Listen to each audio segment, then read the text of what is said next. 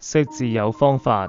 裙有一條紅色的裙子，裙字左邊的衣字旁和服裝有關，右邊部件輔助表意，是一種服裝，穿在身體下部。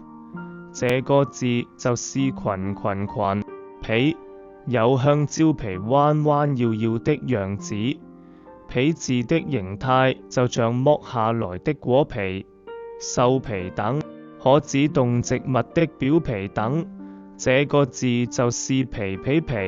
鞋有雙靴子豎立住的樣子，鞋字左邊的格字旁和皮革有關，右邊的部件輔助表意，指穿在腳上走路的用品。這個字就是鞋。男有個男子在田間勞作的畫面，男字由田和力組成，體現出在田間出力幹活的是男子，用來表示男性。這個字就是男。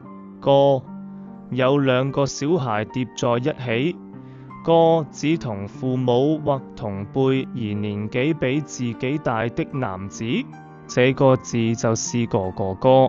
筆有一隻擺手的手，筆常用來表示否定，這個字就是不。總結：學會漢字，裙、皮、鞋、男、哥、筆。